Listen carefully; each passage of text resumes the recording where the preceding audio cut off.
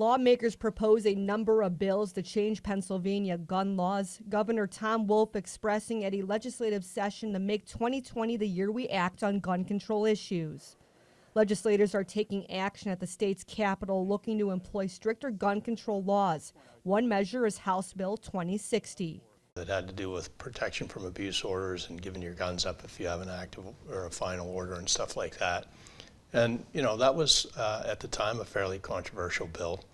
House Bill 2060 will also require any person convicted of a misdemeanor domestic violence to give up his or her firearm within 24 hours. If you don't relinquish the guns in 24 hours, you could be banned from firearms for 5 years.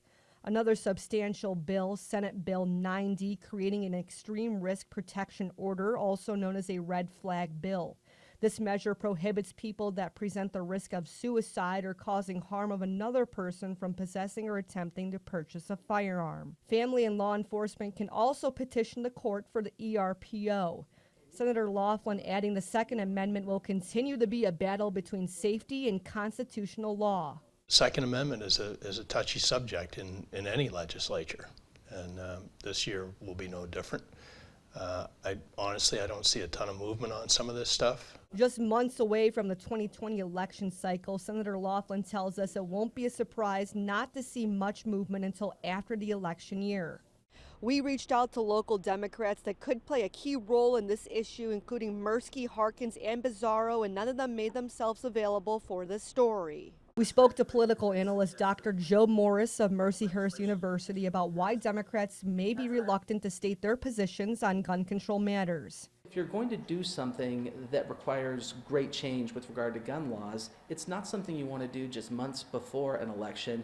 That's a major initiative that's going to be done just after an election.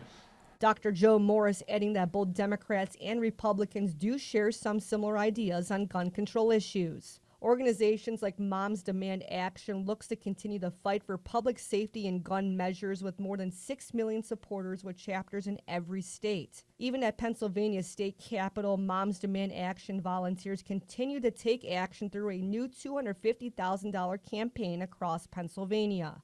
Tried working with the current legislators that are in office. Some of them have been receptive, many of them have not been.